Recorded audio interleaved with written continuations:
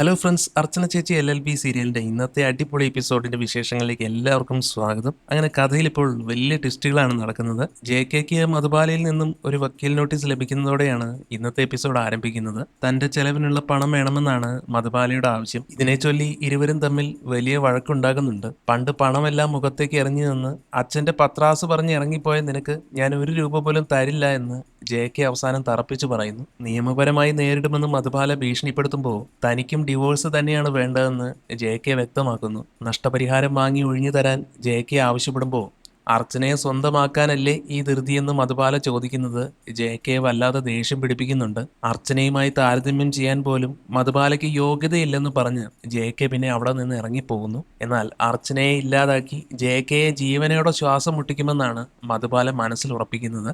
മറുഭാഗത്ത് അർച്ചന പാമ്പുകടിയേറ്റ് വായിൽ നിന്ന് നുരയും പതയും വന്ന് മരിച്ചു വീഴുന്ന ഭയപ്പെടുത്തുന്ന ഒരു ദൃശ്യമാണ് പിന്നീട് കാണിക്കുന്നത്. എന്നാൽ അത് ചന്ദ്ര കാണുന്ന ഒരു ദുസ്വപ്നം മാത്രമായിരുന്നു. പേടിച്ചരണ്ടുണർന്ന ചന്ദ്ര സ്വപ്നത്തിലെ കാര്യം പിന്നീട് വിജയശങ്കറിനോട് പറയുന്നു. അർച്ചനയെ കൊന്നൊടുക്കാൻ ഇതേ വഴി തന്നെ ഉപയോഗിച്ചാലോ എന്ന ചിന്ത ചന്ദ്രയ്ക്ക് പിന്നീട് ഉണ്ടാവുന്നുണ്ട്. ഒരു വിഷപ്പാമ്പിനെ വാങ്ങി കടിപ്പിച്ചാൽ ആർക്കും സംശയം തോന്നില്ലല്ലോ എന്നാണ് ചന്ദ്രയുടെ കണക്കുകൂട്ടൽ. എന്നാൽ കേരളത്തിൽ മുൻപ് നടന്ന സമാനമായ കൊലപാതക കേസുകൾ ഓർമ്മിപ്പിച്ചുകൊണ്ട് വിജയശങ്കർ ചന്ദ്രയെ വിലക്കുന്നുണ്ട്. എത്ര പ്ലാൻ ചെയ്താലും ഒടുവിൽ സത്യം പുറത്തു വരുമെന്ന് അയാൾ പറയുന്നു. അർച്ചനയെ വകവരുത്താൻ വിജയശങ്കറിന് മടിയാണോ എന്ന് ചന്ദ്ര ദേഷ്യത്തോടെ ചോദിക്കുമ്പോൾ തനിക്കും അതിൽ പൂർണ്ണ സമ്മതമാണെന്ന് വിജയശങ്കർ പറയുന്നു. പക്ഷേ പോലീസ് ഓഫീസറായ അച്ചുവിനും അതുപോലെ ചിന്നുവിനും ഒക്കെ യാതൊരു സംശയവും തോന്നാത്ത രീതിയിൽ വേണം കാര്യങ്ങൾ നീക്കാൻ. എല്ലാ പഴുതുകളും അടച്ച് കൃത്യമായ സമയത്തിനായി കാത്തിരുന്ന് അർച്ചനയെ വകവരുത്താമെന്ന് വിജയശങ്കർ ചന്ദ്രയ്ക്ക് ഉറപ്പു നൽകുകയാണ്.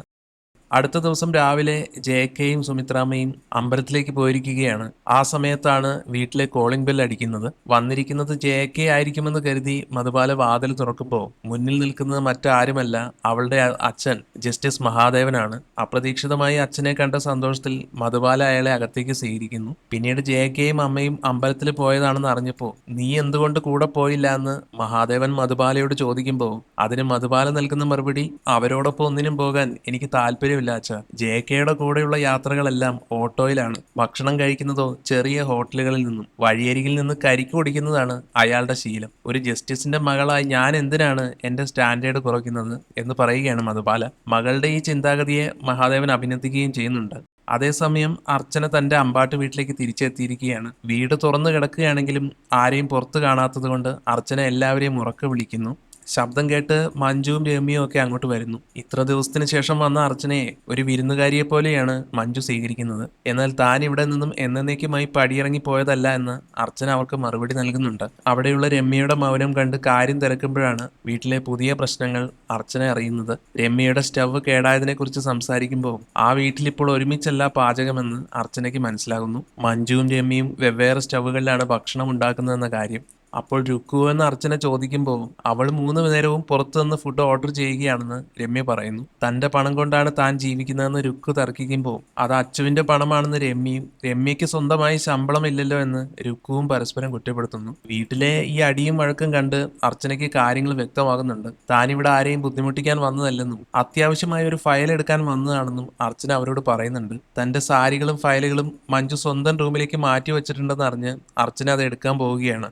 പോകുന്നതിന് മുമ്പ് തന്റെ കേസിനെ കുറിച്ച് യാതൊരു താല്പര്യവും കാണിക്കാത്ത രുക്കുവിനോട് അർച്ചന അതിനെപ്പറ്റി ചോദിക്കുന്നുമുണ്ട്. അവൻ ജയിലിൽ കിടക്കാനാണോ നിന്റെ ആഗ്രഹമെന്ന് അർച്ചന ചോദിക്കുമ്പോൾ അതെല്ലാം കോടതിയല്ലേ തീരുമാനിക്കേണ്ടത്, കേസ് മുന്നോട്ട് പോകട്ടെ എന്ന് വളരെ തണുപ്പ മട്ടിലാണ് രുക്കു മറുപടി നൽകുന്നത്. അതോടെ അർച്ചന ഫയൽ എടുക്കാനായി റൂമിലേക്ക് പോവുകയും ചെയ്യുന്നു. മഞ്ജുവിന്റെ മുറിയിലെത്തുന്ന അർച്ചന അവിടെയുള്ള അലങ്കോലമായ അവസ്ഥ കണ്ട് ആകെ അന്തം വിട്ടു പോകുന്നു. തുടർന്ന് ഫയലുകൾ തപ്പുന്നതിനിടയിൽ അലമാരയ്ക്കുള്ളിൽ ഇരിക്കുന്ന ഒരു കവർ അർച്ചനയുടെ ശ്രദ്ധയിൽപ്പെടുകയാണ് കേട്ടോ. അത് തുറന്നു നോക്കി അർച്ചന ശരിക്കും ഞെട്ടിപ്പോവുകയാണ്. അതായത് JK മുൻപ് ചിന്നുവിനായി വാങ്ങിയ ആ ആദ്യത്തെ ഫോട്ടോ ഫ്രെയിം ആയിരുന്നു അത്. എന്നാൽ ചിന്നുവിന് കിട്ടിയത് ഇതല്ലല്ലോ എന്ന് ഓർത്ത അർച്ചന ആ കവറിൽ കൂടുതൽ തിരയുകയും ചിന്നുവിന്റെ കൈവശം എത്തിയ രണ്ടാമത്തെ ഫ്രെയിമും അവിടെ നിന്ന് കണ്ടെത്തുകയും ചെയ്യുന്നു. ചിന്നുവിന്റെ ജീവിതത്തിൽ വലിയ തെറ്റിദ്ധാരണകൾ ഉണ്ടാക്കിയ ഈ ഫോട്ടോകൾ എങ്ങനെ മഞ്ജുവിന്റെ കൈകളിൽ എത്തിയെന്ന് അർച്ചന പിന്നീട് ചിന്തിക്കുന്നുണ്ട്. ഏതായാലും പെട്ടെന്ന് അങ്ങോട്ടേക്ക് വന്ന മഞ്ജുവിനോട് ഈ ചിത്രങ്ങളെ കുറിച്ച് അർച്ചന നേരിട്ട് തന്നെ ചോദിക്കുകയാണ്. ആദ്യം കള്ളം പറഞ്ഞ് ഒഴിഞ്ഞു മാറാൻ മഞ്ജു ശ്രമിച്ചെങ്കിലും ഇതൊരു വലിയ ചതിയും ക്രിമിനൽ കുറ്റവുമാണെന്നും പോലീസ് വന്നാൽ എല്ലാം പറയേണ്ടി വരുമെന്നും അർച്ചന കർശനമായിട്ട് തന്നെ മുന്നറിയിപ്പ് നൽകുന്നു. ഇതോടെ ഭയന്നുപോയ മഞ്ജു ആകട്ടെ ചന്ദ്രേച്ചിയുടെയും മധുബാലയുടെയും പ്ലാൻ അനുസരിച്ചാണ് താൻ ഇതെല്ലാം ചെയ്യുന്നതെന്ന് സത്യം അർച്ചനയ്ക്ക് മുൻപിൽ വെളിപ്പെടുത്തുകയാണ്. ഈ സത്യാവസ്ഥകളെല്ലാം കേട്ടുകൊണ്ട് അനന്തൻ അങ്ങോട്ടേക്ക് വരികയാണ്. ഭാര്യയെ പിന്തുണയ്ക്കാൻ വന്ന അയാൾക്ക് ഇതൊരു വലിയ തിരിച്ചടിയായി മാറുന്നു. ദേഷ്യം സഹിക്കാനാവാതെ അനന്തൻ മഞ്ജുവിന്റെ കർണത്തടിക്കുന്നു. ചിന്നുവിന്റെ നന്മയ്ക്കാണ് ഇത് ചെയ്തതെന്ന് മഞ്ജു കരഞ്ഞു പറയുന്നുണ്ടെങ്കിലും ഈ ചതിക്ക് പകരമായി ചന്ദ്രലേഖയിൽ നിന്ന് എത്ര പണവും സ്വർണവും വാങ്ങിയെന്ന് അനന്തൻ ചോദിക്കുന്നുണ്ട്. വീണ്ടും അവളെ ഉപദ്രവിക്കാൻ തുനിഞ്ഞ അനന്തനെ അർച്ചനയാണ് പിന്നെ തടയുന്നത്. ഏതായാലും ചന്ദ്രലേഖയെ നേരിടാൻ താനും കൂടെ വരാമെന്ന് അനന്തൻ പറയുമ്പോൾ അവളെ കൈകാര്യം ചെയ്യാൻ താൻ മാത്രം മതിയെന്ന് അർച്ചന വ്യക്തമാക്കുന്നു. അവിടെ ചില കാര്യങ്ങൾ പൂർത്തിയാക്കാനുണ്ടെന്നും അത് കഴിഞ്ഞ ഉടനെ തിരികെ വരുമെന്നും പറഞ്ഞ് ആ ഫോട്ടോ ഫ്രെയിമുകളുമായിട്ട് അർച്ചന അവിടെ നിന്ന് ഇറങ്ങുകയാണ്.